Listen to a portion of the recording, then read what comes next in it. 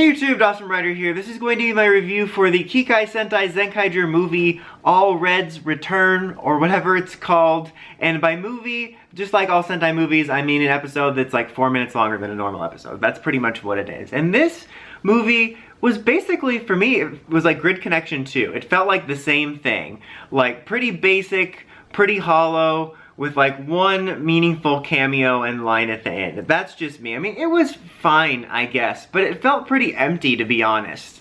It felt like just an average episode, but somehow even lesser. Like, it almost didn't even feel like a movie. It almost felt like a webisode. Everything felt so thin about it. So, you know, this was one of the earliest introduction to the Zenkaigers, because we're kind of, you know, timeline synced out based on when we can see it. And it starts just kind of like a normal episode. You know, the Zenkaigers are fighting a monster, we get the intro and roll call. The most entertaining thing about the beginning is just kind of there's some fun fight scene choreography, and like Juran's like, man, I'm such a stud for saving these girls. And it's pretty funny. And they save the day, and they're going to want to celebrate and all that stuff. And then the villains come up with a new plan to release this monster that can summon past Sentai villains. And then they wound up reusing that suit. I can't remember if it was in the series or if it was in the Zenkai Reds special, but they wound up reusing it. But he summons previous Sentai World villains, and they start attacking everywhere. And you get some people from Zyuranger and Ninja, and you've got Lupat, and you have Bosco, and they're attacking everywhere. And that's probably one of the cooler parts, is just seeing the random villains, and they got some of the actors back and some of the voice actors back, and that was kind of neat. And they wound up rounding up the Zenkaigers, and they tie them up in one of the classic Sentai quarry fight scene areas.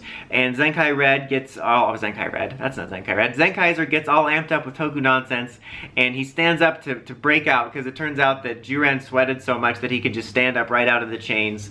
And he steals back one of their morphers so that he can use this gear that they highlight earlier in a flashback, that it was a prototype gear given to him by his parents when they were first working on the gear system that had like all the Sentai Reds on it. And he uses it, and it basically summons the Sentai Reds.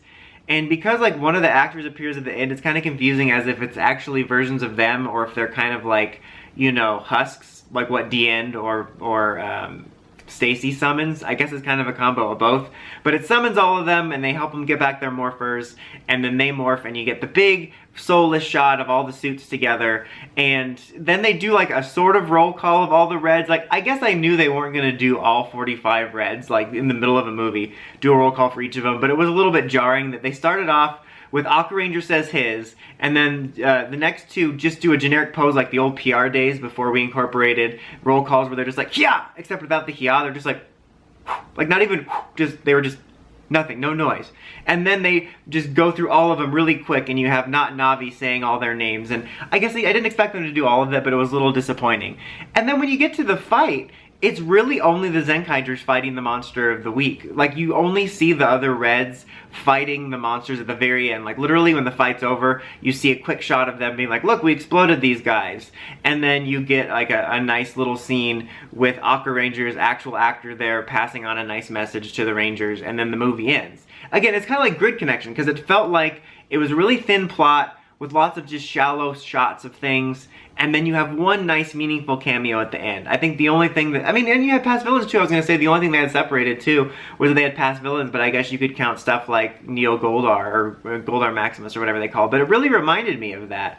And like, I don't know, it just felt so empty to me. Like, I wish these were a little bit longer, and they maybe could have done something cool with the villains or something and given that more of a story than them just showing up for a quick cameo. And if you guys know me, you know, I'm sure that the shot of all the Rangers is exciting to a lot of people, and I get why it is. I mean, it was to me back in the day, but we've seen this same empty shot of all, like that shot has stopped being exciting to me, because it was somewhere between Decade and Gokaiger, the big shot of all the suits just isn't exciting to me anymore. Like, for me, just people standing next to each other has never been an exciting part of the team-ups. I like to see the interactions and the meaningful interactions, so that's just kind of like a dead fish moment for me. That means like just nothing to me. But setting that aside, okay, so if you're gonna have all these people there, and I know that they didn't get some of the actors back, but could they have not at least done some cool fight scenes? I was at least expecting kind of a Sentai War from Gokaiger-ish looking scene, but like I said, the fight scene was only with the Zenkaigers. And I was thinking, I've been rewatching the Power Rangers team-ups this last year for my review review series, and in the Saban ones, they always did that thing where they paired the two characters off of you know, the same color, Green Ranger, Blue Ranger, Red Ranger, and Red Ranger.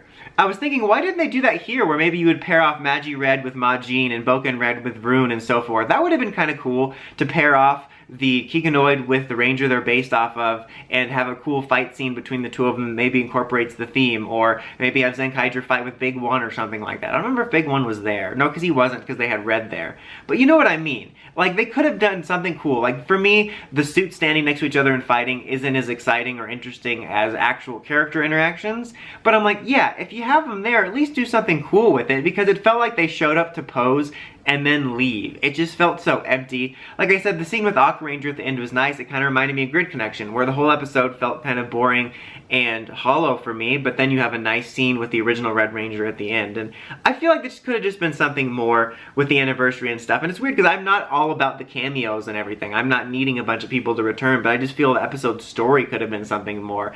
It's the length of an episode, but a little bit longer. It felt a little bit lesser than an average episode. It felt like it had very little to it. It was just like, almost felt like just a fun webisode to watch some action scenes. So I'm hoping for the future stuff that it's a little bit better in regards to the upcoming Kamen Rider team-up movie and whatever else they do, because we still have some time left in Zenkaiger, and for all we know, they could do something after the series. So I'm hoping if they do another one like this, that they might actually have some more meaningful returning cameos and just a better plot. Because, like, this wasn't awful. I wasn't clawing my own eyes out, but it was really, really basic. And honestly, I thought the Zenkai Red special was a lot better. That also had a meaningful cameo, but it also had an interesting story. So, like, this is not like the same thing, because that actually was a webisode, but it was better.